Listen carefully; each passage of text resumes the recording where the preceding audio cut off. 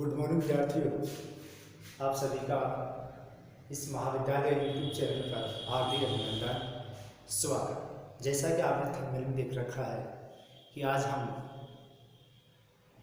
सामाजिक अधिगम सिद्धांत के बारे में पढ़ेंगे। ये सिद्धांत किसने दिया, इसकी क्या उपयोगिता है, उसके बारे में आज हम अध्ययन करेंगे।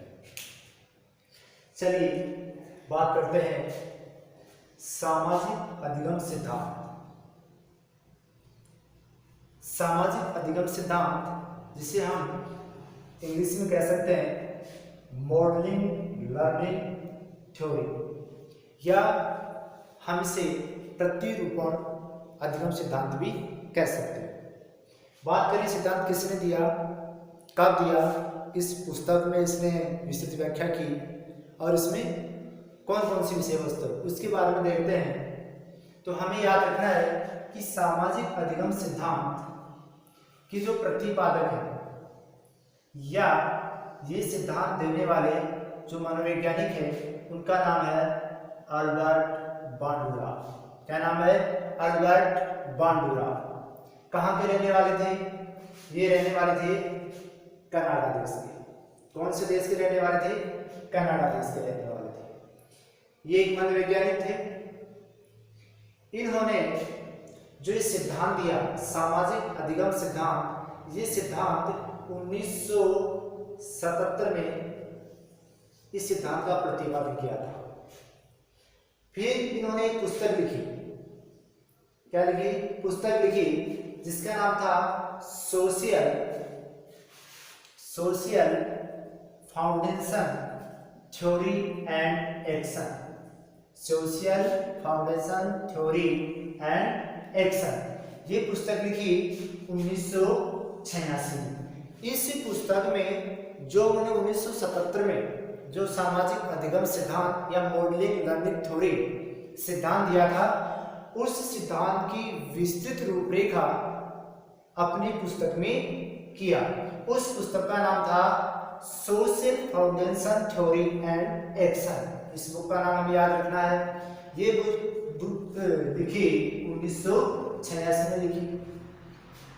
इन्होंने जो सिद्धांत दिया था, उस सिद्धांत को कई नामों से जाना जाता है, जैसे अवलोकनात्मक सामाजिक अधिगम सिद्धांत, निर्देशन का सिद्धांत, प्रतिरूपण का सिद्धांत, मॉडलिंग लर्निंग थ्योरी का सिद्धांत, अप्रत्यक्षात्मक अनुभव का सिद्धांत। इस प्रकार से जो सामाजिक अधिगम सिद्धांत है जो बांडुरा ने दिया है, उसके कई उपनाम हैं। अब बात आती है कि सिद्धांत में है क्या। समाज के अंदर व्यक्ति तभी रह पाता है जब समाज की जो प्रक्रियाएं होती हैं, समाज का जो सिस्टम होता है, उस सिस्टम के अनुसार उसको कार्य करना होगा, तभी व्यक्ति समाज में अच्छी तरह से समायुक्त रूप से रह सकता है। इन्होंने क्या कहा? इन्होंने कहा कि जो इनका जो सिद्धांत है, उस सिद्धांत का अगर हम बात करें कि इस सिद्धांत का जो मूल आधार क्या है, मूल आधार क्या है, ये सिद्धांत किस पर टिका हुआ है, किस पर इसकी चर्चाएं होती हैं, तो याद रखना है कि सामाजिक अधिगम सिद्धांत या मॉडलिंग लर्निंग थ्योरी का मूल आधार है अनुकरण। क्या है? अनुकरण। पूरा का पूरा सिद्धांत किस पर आधारित है? अनुकरण पर आधारित है, क्योंकि मानव एक सामाजिक प्राणी है और समाज में बालक अनुकरण के द्वारा सीखता है। यह बात हमें ध्यान में रखनी है। उसके बाद में इन्होंने प्रयोग करके बताया कि किस प्रकार से बालकों पर अनुकरण का प्रभाव पड़ता है। तो पहला प्रयोग किया निर्जीव गुड़िया पर। किस पर? निर्जीव गुड़िया पर किया, या डॉल पर अपना प्रयोग किया। उस निर्जीव गुड़िया के प्रति उसको गार्डन में रखा। वहां पर आने वाले व्यक्ति, जाने वाले व्यक्ति, देखने वाले व्यक्ति जैसा उसके प्रति व्यवहार करते हैं, वैसा ही वहां पर जो बालक है वह भी उस गुड़िया के प्रति वैसा ही व्यवहार करते हैं। क्योंकि उन्होंने दूसरे व्यक्तियों को ऐसा ही व्यवहार करते हुए देखा। जब निर्जीव गुड़िया पर ऐसा प्रयोग किया और वैसा का वैसा कार्य बच्चों ने किया जैसा दूसरे ने किया, लेकिन इसमें एक त्रुटि रह गई और अल्बर्ट बांडुरा ने सोचा कि निर्जीव वस्तु के प्रति जो प्रतिक्रिया की गई उसी के अनुसार बालक व्यवहार कर रहे हैं, तो अगर इसकी जगह कोई सजीव वस्तु रख दी जाए तो क्या बालक उसी प्रकार का व्यवहार करेंगे।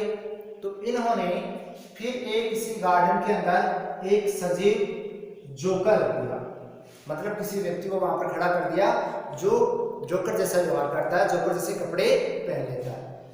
उस जोकर के प्रति जैसा व्यवहार करते हैं, जो कोई व्यक्ति उस पर जैसा व्यवहार कर रहा है, बालक जब उसको देखने के बाद में फिर उसको देखते हैं तो बालक भी उसी प्रकार का व्यवहार करते हैं जैसा उसने देखा, अर्थात उसका अनुकरण कर रहे हैं। अब बात करते हैं ये कि उन्होंने प्रयोग किया दो चीजों का, निर्जीव गुड़िया पर और सजीव जोकर पर, यह हमें याद रखना है। अब बात करते हैं कि उन्होंने जो अधिगम का सिद्धांत दिया, उसको जो सोपान बताए, उस सोपान में उनके पूरे सिद्धांत का क्या हो जाता है, एक तरह से निष्कर्ष निकल करके आता है। क्या आता है कि जब हम किसी विषय वस्तु को देखते हैं और देखने के बाद में उसको कैसे समझते हैं, किस प्रकार से उसको करने की कोशिश करते हैं, तो उन्होंने कहा कि एक बालक हो या व्यक्ति हो, उसको 4 प्रक्रियाओं से गुजरना होगा या 4 पदों से गुजरना होगा, या किसी विषय वस्तु को सीखने के लिए 4 स्टेप जरूरी है। तो उन्होंने जो 4 स्टेप बताई है वो इस प्रकार है। जैसे उन्होंने पहला क्या कहा है, व्यवहार को जानना या प्रत्यक्षीकरण। बालक सबसे पहले जो कार्य हो रहा है, जो कार्य दिखाई दे रहा है, जो विषय वस्तु उसके सामने, उसको जानने की कोशिश करेगा। प्रत्यक्षीकरण, अच्छी तरह से उसको क्या करेगा, देखेगा। देखने के बाद ये स्टेप खत्म हो गई, उसने देखा, उसको जानने की कोशिश की, उसके बाद में उस घटना को याद करेगा। क्या करेगा, याद, कि उस दृश्य में क्या क्या हुआ, वहां पर कैसी घटना संपन्न हुई, कौन कौन वहां पर थे। इस प्रकार की घटना को क्या करता है, रिकॉर्ड करता है। कहने मतलब है पहले स्टेप में बालक किसी विषय वस्तु को जानता है, जिसको हम कह सकते हैं प्रत्यक्षीकरण। या ये पेन है, उस पेन को देखेगा कि वास्तव में ये पेन है, ठीक है। उसके बाद में उस घटना को, उस दृश्य को, उस विषय वस्तु का क्या करेगा, स्मरण करेगा। फिर स्मरण को क्रिया में बदलना। क्रिया का मतलब ऐसा है कि जब पहली बार उसने उस बालक को या उस विषय वस्तु को या जो कार्य होता हुआ उसने देखा, उस कार्य को पुनः करने की कोशिश करेगा, बार बार कोशिश करेगा वैसे कार्य करने की, क्योंकि उसने जैसा देखा है। और जब चौथी स्टेप में क्या है, व्यवहार को पुनर्बलित करना, अर्थात उस व्यवहार को वह सीख जाता है, या जैसा उसने देखा था उसी प्रकार का कार्य करना सीख जाता है। और जब सीख जाता है तो बालक उस कार्य को बार बार करता है।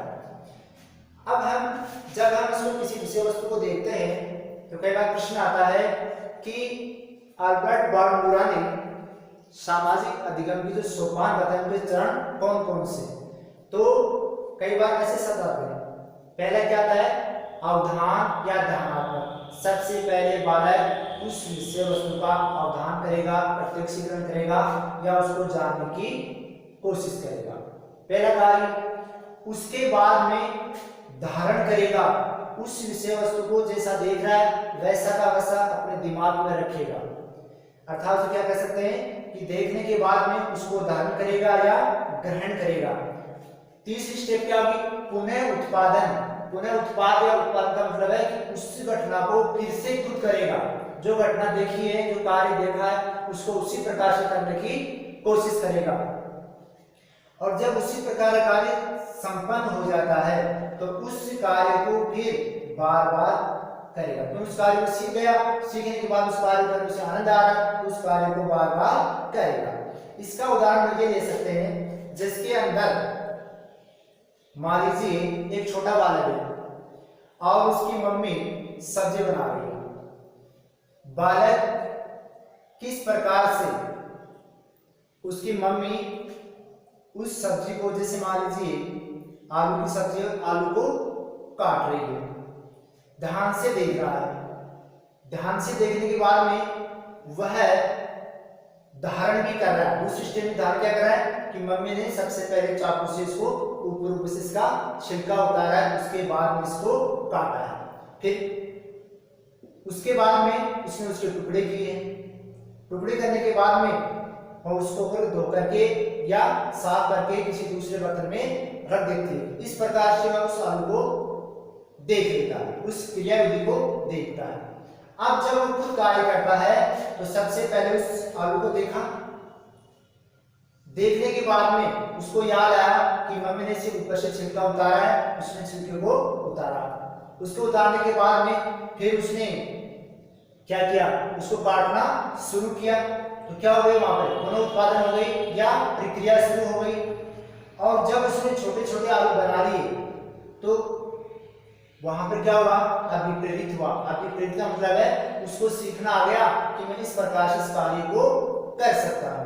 तो कहने का मतलब यह है कि अल्बर्ट बांडुरा ने सबसे ज्यादा बल किस पर दिया है, अनुकरण पर दिया है। कई बार पूछा जाता है कि सामाजिक अधिगम सिद्धांत में अल्बर्ट बांडुरा ने निम्न में से किस पर जोर दे दिया है, अनुबंधन पर या अनुकरण पर। तो हमें याद रखना है अनुकरण पर बल दिया है।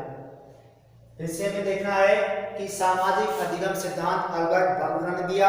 ये कनाडा के रहने वाले थे।